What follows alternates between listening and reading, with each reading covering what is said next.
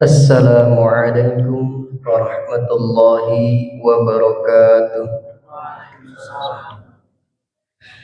Innal hamdalillah nahmaduhu wa nasta'inuhu wa nastaghfiruh wa na'udzu billahi min shururi anfusina wa min sayyiati a'malina. May yahdihillahu fala mudilla lahu wa may yudlilhu fala hadiya lahu. أشهد أن لا إله إلا الله وحده لا شريك له وأشهد أن محمدا عبده ورسوله لا نبي بعده. اللهم صل وسلم وبارك على سيدنا محمد. أما بعد فيا أيها الحاضرون أوصي نفسي وإياكم بتقوى الله فقد فاز المتقون فلا تموتن إلا وأنتم مسلمون. Jamaah Masjid Ittihad yang dirahmati oleh Allah, pertama dan yang paling utama adalah mengucapkan rasa syukur atas kehadirat Allah Subhanahu wa Ta'ala, atas kelimpahan rahmat dan karunia-Nya, atas kesehatan yang Allah berikan kepada kita sehingga kita diringankan langkah kaki kita untuk datang di masjid yang mulia ini untuk menunaikan ibadah sholat isya secara berjamaah. Nanti akan disambung dengan sholat tarawih secara berjamaah, semata-mata ingin mengharapkan ridho dari Allah Subhanahu wa Ta'ala dan menginginkan ampunan yang agung di bulan suci Ramadan ini. Salawat serta salam semoga Allah tetap curahkan kepada Nabi Muhammad sallallahu alaihi wasallam, kepada para keluarganya, kepada para sahabatnya, seluruh pengikutnya yang insya Allah kita juga termasuk ke dalam jajaran pengikut Rasulullah sallallahu alaihi wasallam. Allahumma salli wa sallim wa barik alaihi. Hadirin jamaah Masjid Ittihad yang dirahmati oleh Allah, mungkin benar kata Nabi, perjalanan seorang laki-laki, hal yang terberat itu bukanlah ke kantor, bukanlah ke pasar, bukanlah untuk memenuhi panggilan dari atasannya, akan tetapi perjalanan terberat seorang laki-laki adalah untuk datang ke masjid, untuk melaksanakan ibadah sholat secara berjamaah. Berat sekali rasanya. Beruntung Bapak dan Ibu sekalian hadir di sini untuk melaksanakan ibadah sholat isya secara berjamaah. Maka dari itu di hadis Nabi yang lain, man yuridillahi khairan yufaqihu fiddin. Man itu maknanya utawi sapane wong. Kalau udah kalimat man itu utawi sapane wong itu berarti kalimat ini, hadis ini itu berlaku untuk semuanya. Kecil, besar, gendut, kurus, fisiknya sempurna maupun tidak sempurna, maka hadis ini berlaku. Yuridillahu khairan. Apabila seorang hamba ingin merubah dirinya menjadi jauh lebih baik, maka apa yang harus kita lakukan? Yufaqihu fiddin. Maka pelajarilah agama Islam. Di hadis Nabi yang diriwayatkan Imam Muslim, nomor hadis yang kelima, kalau kita buka kitab hadis Arba'in An-Nawawi, makna Islam an tashhadu an la ilaha illallah. Ternyata Islam itu berdiri atas 5 perkara. Yang pertama, bersaksi bahwasanya tiada Tuhan selain Allah. Wa asyhadu anna Muhammadar Rasulullah, dan bersaksi bahwasanya tiada ada nabi selain Nabi Muhammad. Jadi kalau ada zaman sekarang orang yang ngaku dirinya nabi, pernah mendapatkan wahyu, langsung kita tolak. Kata Nabi, la nabiyya ba'da. Wa aqimus shalah, dan orang tersebut senantiasa melaksanakan sholat dan tidak akan pernah untuk meninggalkan sholat. Bagi seorang muslim, yuridillahi khairan, dengan itikat baik ingin merubah dirinya untuk menjadi lebih baik, yufaqihu fiddin, ketika itu dia akan belajar tentang agama Islam. Banyak orang yang masih meragukan tentang sholatnya, maka dari itu perlu kita pelajari tentang sholat.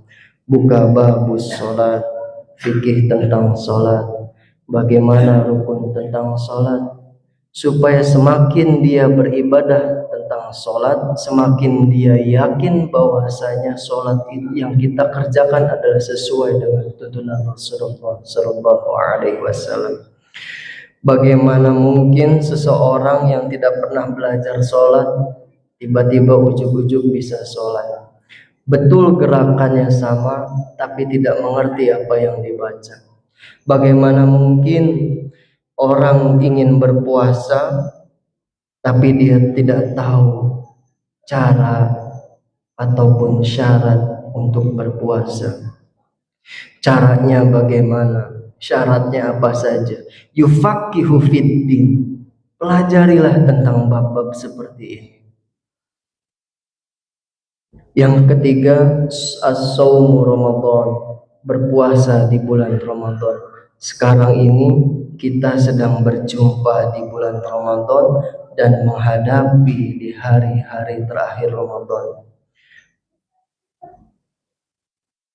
Puasa yang kita lakukan, yang kita kerjakan semata-mata kita yakini bahwasanya ini adalah perintah Allah. Rasulullah juga puasa. Lantas bagaimana cara kita mengerjakan puasanya? Lantas bagaimana kalau kita tidak mengerjakan puasanya? Ternyata kalau kita pelajari ada dalam Quran. Maka yufaqihu fiddin, kita perlu belajar tentang puasa. Apa itu syarat puasa?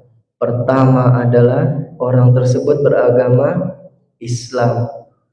Jadi seseorang yang ingin berpuasa, apabila dirinya bukan beragama Islam, maka kebaikannya dia tetap dapat, akan tetapi pahalanya tidak. Kedua, orang tersebut sudah balik. Yang ketiga, orang tersebut berakal. Makanya orang gila nggak mungkin disuruh puasa. Yang keempat,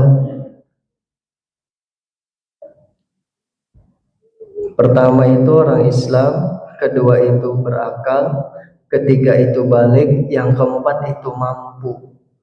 Kenapa disebut mampu? Karena dijawab Quran surat Al-Baqarah ayat 184-nya, seseorang yang tidak mampu untuk mengerjakan ibadah puasa ini, makanya harus dibayar dengan fidyah kalau dia tidak mampu lagi untuk berpuasa. Apabila dia itu mampu untuk berpuasa, saya ambil contoh. Ustadz, saya lihat tetangga saya itu dia orang Islam, tapi dia nggak puasa. Kemudian saya menjawab, mungkin dia belum balik. Orang Ustadz, tetangga saya itu udah punya anak 2. Oh, mungkin dia sedang sakit, makanya dia nggak mampu untuk mengerjakan puasa. Tidak Ustadz, dia badannya kekar, gemuk, tinggi, masa dia nggak mampu? Berarti kategori yang terakhir, dia rada stres karena nggak berakal. Orang yang sudah Islam, badannya gagah, balik, punya anak 2, tapi dia tidak mampu untuk berpuasa. Nah ini syarat yang berlakunya adalah orang stres. Banyak nggak Pak? Akan tetapi kata Allah, ini poinnya. Ketika kita memahami pelajaran tentang agama Islam, minimalnya kita membuka Quran. Ayyaman ma'dudat. Apabila di antara kalian di bulan Ramadan ini nih, maksudnya Faman kana minkum, barang siapa di antara kalian itu maridun, ada yang jatuh sakit, aw ala safarin, melakukan perjalanan yang sangat jauh. Dalam proses perjalanan yang sangat jauh ini, dalam kitab fikih itu sampai ditentukan, Pak. Ada yang berjarak 94 km, ada yang berjarak 112 km, sampai ditentukan saking pentingnya, khusus untuk orang boleh nggak sih saya itu membatalkan puasa. Sampai ditentukan sama pakar-pakar fikih, ahli-ahli fikih, seakan-akan ingin memberikan solusi bahwasanya ada syarat untuk orang yang tidak berpuasa. Selain syarat wajib untuk berpuasa, ada juga syarat untuk orang yang tidak berpuasa. Faman kana minkum maridun aw ala safarin fa'iddatum min ayyamin ukhra, maka dia wajib mengganti sebanyak puasa yang ia tinggalkan. Saking pentingnya ibadah puasa ini. Kalau orang sudah menganggap remeh Ramadan ini, saya katakan Anda telat. Justru kita yang sadar manusia itu banyak dosa, mengharapkan seumur hidup kita itu bertemu dengan Ramadan. Saking pentingnya Ramadan ini, karena bulan ini sangat agung, sungguh pengampunan yang kita harapkan. Kalau semata-mata Allah tidak menjadikan diri kita ini untuk menjadi orang yang bertakwa, buat apa adanya puasa? Buat apa puasa ini menjadikan syarat dan rukunnya dalam Islam? Saking pentingnya puasa. Maka dari itu, wa'alal ladzina yutiquna, dan ada di antara kita semua ini yang boleh untuk berpuasa. Artinya apabila kalian merasa berat. Siapa itu yutiquna? Para ulama tafsir itu menjelaskan pertama orang yang sudah tua renta. Ada di sini Pak yang sudah tua renta, yang tidak mampu untuk apa-apa lagi. Itu orang itu boleh. Allah sendiri yang berfirman. Yang kedua, seorang ibu yang melahirkan anak, itu boleh tidak berpuasa. Yang ketiga, seseorang yang sudah tidak mampu lagi, jangankan untuk mengerjakan sholat, untuk ngurusin dirinya sendiri saja tidak mampu, itu boleh. Wa 'alal ladzina yutiqunahu fidyatun ta'amu miskin. Ketika Allah membolehkan seseorang tersebut untuk tidak berpuasa, maka di saat itu pun pula Allah ngasih solusi. Wa 'alal ladzina yutiqunahu fidyatun ta'amu miskin. Maka wajib mengganti dengan membayar fidyah. Faman tatawwa'a khairan fahuwa khairul lah. Maka lebih baik bagi dirinya melakukan perbuatan kebajikan. Makna dari berbuat kebajikan itu apabila kita mampu memberikan atau membayar lebih dari satu fidyah kepada orang fakir miskin, maka fahuwa khairan, itu jauh lebih baik. Tapi kata Allah ditekankan lagi, wa antasumu khairul lakum in kuntum ta'lamun. Sesungguhnya puasamu itu jauh lebih baik dari apa yang kamu ketahui. Ketimbang orang bayar fidyah, lebih baik kita menggantikannya dengan puasa. Itu Allah tuh ngasih solusi, diajarkan fikihnya. Makanya hadis Nabi itu saling berkaitan di antara hadis yang satu dengan hadis yang lainnya. Sekali lagi saya tekankan, man yuridillahu khairan yufaqihu fiddin. Kalau dalam bahasa modernnya sekarang adalah orang yang mau hijrah. Yang tadinya itu nggak pernah sholat, akhirnya lah kok saya hidupnya gini-gini aja. Berapa lama saya nggak pernah sholat, berapa lama saya nggak pernah, bahkan saya sampai lupa nih bacaan sholat tuh apa. Di KTP-nya mah Islam, tapi dia nggak pernah sholat. Akhirnya dia nggak sengaja buka fikih sholat, minimalnya yang ada di toko buku-buku itu, fikih tentang sholat. Dia belajar, oh tata cara sholat ternyata seperti ini. Itu saking lamanya orang tersebut nggak sholat, meninggalkan sholat. Bahasa yufaqihu fiddin, man yuridillahi khairan, bahasa modernnya adalah hijrah. Orang saya hidup tuh saya nggak mau gini-gini aja. Orang lain pada sholat, kelihatannya wajahnya adem aja. Ada masalah banyak, tapi kok seolah-olah kayak santai. Nggak terbebani, utang banyak, pikiran dagangan banyak. Ketika dia sholat kau lihat enak aja, santai mukanya, seolah beban di depan tuh kayak nggak terlihat. Maka tertariklah seorang pemuda tersebut untuk kembali lagi untuk sholat. Ketika dia sudah lupa bacaannya, maka dia sendiri mencari bukunya tentang sholat. Itu hijrah. Dari sesuatu hal yang kita lupakan di masa lalu, kita kembali hijrah, meninggalkan sesuatu perbuatan. Makanya Pak, Allah itu nggak main-main ketika berfirman dalam Quran. Ini juga sekaligus mengunci status orang yang beragama Islam, kemudian mengamalkan ajaran Islam. Buka Quran surat 23, juz yang ke-18, surat Al-Mu'minun. Qad aflahal mu'minun. Sungguh beruntung orang-orang yang dirinya itu beragama Islam. Mukmin, kalau sudah mukmin itu bukan hanya Islam, dia yakin Allah itu satu, tapi dia nggak pernah mengerjakan sholat, berarti bukan mukmin. Orang fasik itu namanya, munafik.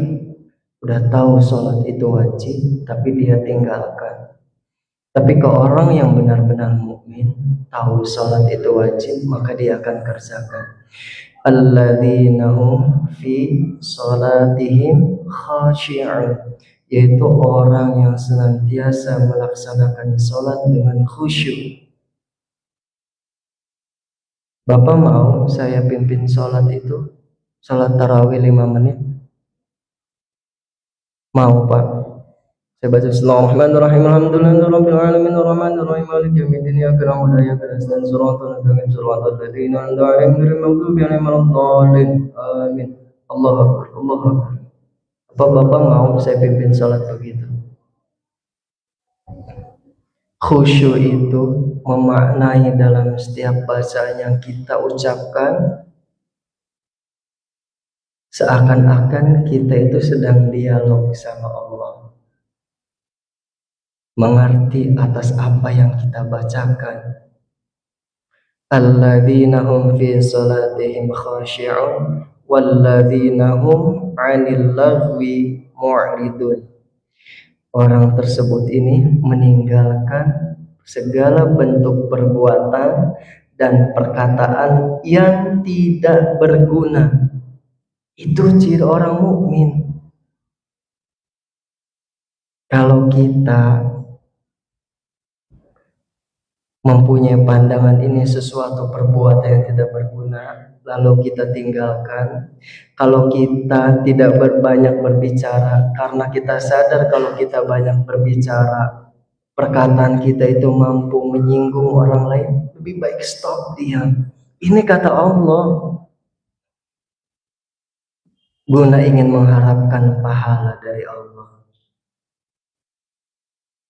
Walladzina hum lizakati fa'ilun. Yang keempat, orang tersebut menunaikan zakat. Sekarang Masjid Ittihad ini juga menyalurkan zakat fitrahnya, Pak.